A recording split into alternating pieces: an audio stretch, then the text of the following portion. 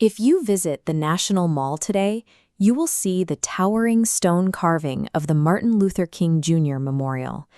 Just on the street sits the National Museum of African American History and Culture, with its distinctive bronze-colored tiers. These iconic landmarks share a hidden lineage. Both were brought to life through the program and construction management of McKissack McKissack, an architectural and engineering firm currently led by twin Black sisters.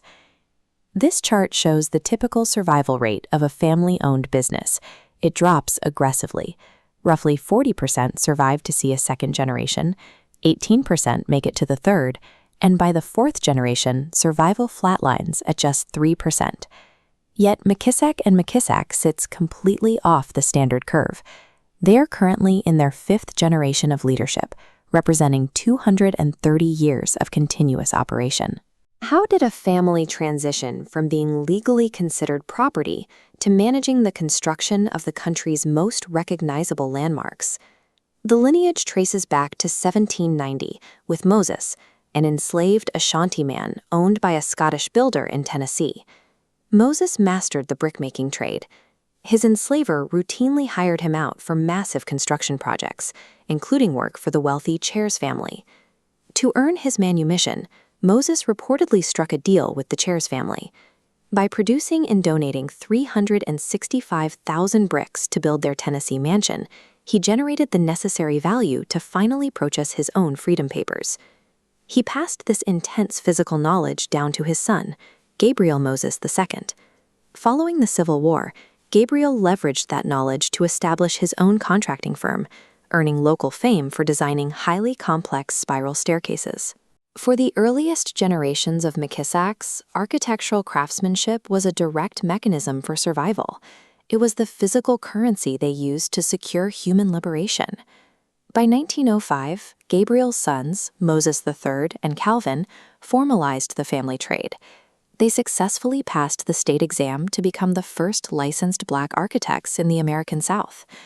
Initially, they relied heavily on white patrons, but the cultural climate worsened dramatically following the release of the film The Birth of a Nation, which catalyzed widespread boycotts of Black businesses.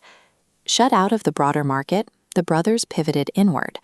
They designed and built the independent infrastructure required for the segregated Black community to operate on its own, erecting essential academic buildings across historically Black colleges and universities.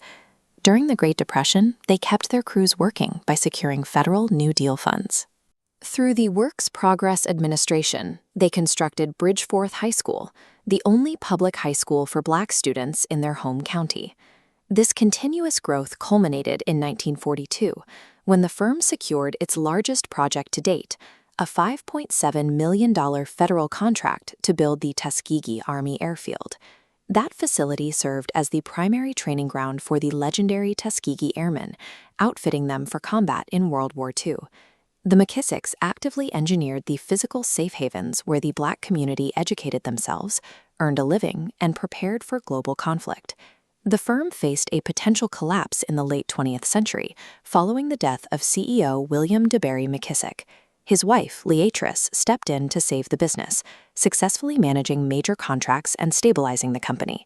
She eventually passed the baton to her twin daughters, Cheryl and Daryl. Both trained civil engineers, they split the empire into Washington, D.C. and New York branches, aggressively targeting federal and mega-commercial contracts. Today, their combined portfolio includes major transit hubs, improvements to the Lincoln and Jefferson memorials, and the United States Treasury Building. By focusing on high-stakes government and commercial bids, this fifth generation broke through the geographic and racial ceilings of the construction industry, managing billions of dollars in global infrastructure. The McKissack history records a 5-generation shift from forced manual labor to the management of $6 billion infrastructure projects. The firm's modern motto asks a simple question: who built this? We did. It is a deliberate strategy to reclaim the frequently erased history of Black labor and ingenuity in America.